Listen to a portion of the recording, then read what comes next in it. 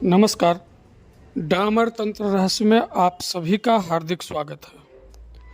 आज जो प्रयोग हम बताने जा रहे हैं ये रोग नाश के लिए ये प्रयोग है।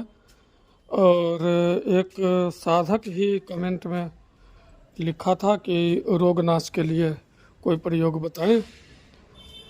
तो मंत्र माता पीताम्बरा का ही रहेगा।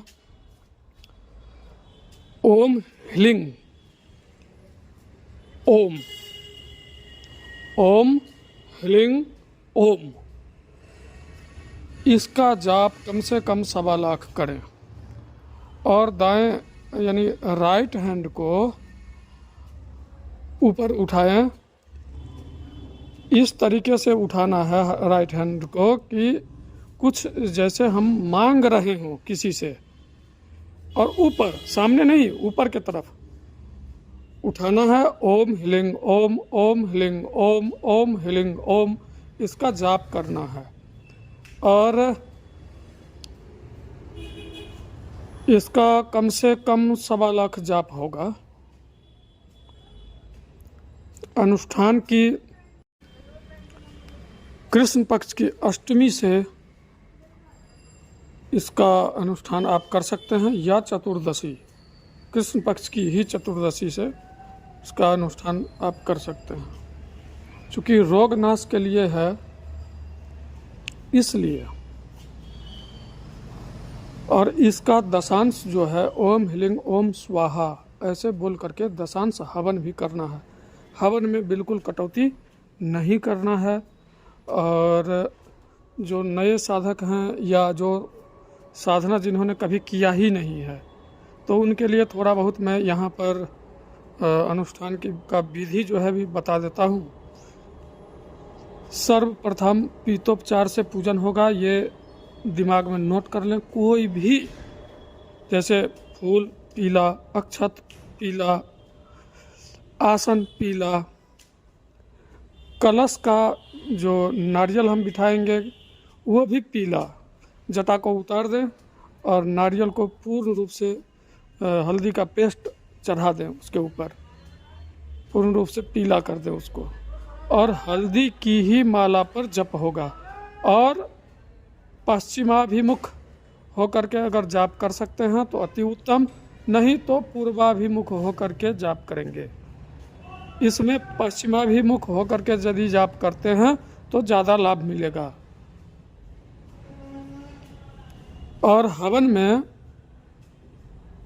आम की समिधा, साधारण हवन सामग्री रहेगी, और नवग्रह की लकड़ी, चंदन की लकड़ी, नवग्रह की लकड़ी के साथ साथ थोड़ा सा चंदन की लकड़ी, और गिलोय, सूखा गिलोय पर्याप्त मात्रा में चाहिए।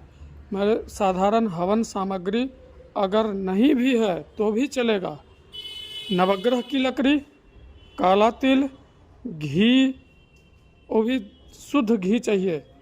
ये जो दुकान में डालडा वगैरह जो मिलते हैं वो नहीं चाहिए, रिफाइन वगैरह नहीं, शुद्ध देसी घी चाहिए। और गिलोय, सभी सामग्री को एकत्रित करके दशांश हवन करना है। गिलोय और हल्दी का गांठ निश्चित रूप से इसमें चाहिए ही चाहिए। और हो सके तो त्रिमधु भी आप इसमें प्रयुक्त कर सकते हैं हवन में। तो इस तरह से हवन करने से भयानक से भयानक रोग आपका ठीक होना शुरू हो जाएगा। किडनी रोग के लिए और HIV के लिए बता रहे थे, तो HIV के लिए जो है हमने पहले ही भी बताया है। अब कुछ जड़ी बूटी बता देता हूँ सेवन करने के लिए। तो गिलोय और तुलसी, इसका काढ़ा 3 टाइम पीना है, 1-1 गिलास बना के। तुलसी पत्ता, गिलोय, और बाकी इसमें कुछ नहीं डालना है। हाँ, हो सके तो 1 से 2 पत्ता नीम का, वो भी जो ऊपर का पत्ता होता है जो मुलायम वाला, वो पत्ते डालने हैं। 1 से 2 पत्ते।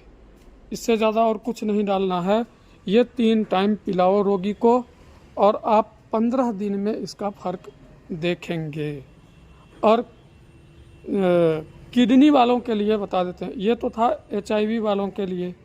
किडनी वालों के लिए भी बता देते हैं। किडनी वाले भी अगर ये काढ़ा पीते हैं उनको भी फ़ायदा होगा, नुकसान तो नहीं हो सकता किसी भी हाल में। और किडनी वाले के लिए एक स्पेशल उपाय यह है मोरिंगा। मोरिंगा की सब्जी दबा कर खाएं। किडनी रोग से छुटकारा पाना है तो मोरिंगा जो मार्केट में बिकती है ना, उसका सब्जी, या अगर मोरिंगा का पाउडर मिलता है तो एक आधा चम्मच सुबह, आधा चम्मच शाम, ऐसे करके रोज़ खाएं। अगर पाउडर मिलता है, पहले तो नहीं मिलता था लेकिन अब मार्केट में उपलब्ध है, तो मोरिंगा का पाउडर ले लें, उसको खाएं। किडनी रोग में निश्चित रूप से सफलता मिलेगी और माता ने चाहा तो रोग मुक्त हो जाएंगे। ये हो गया जड़ी बूटी।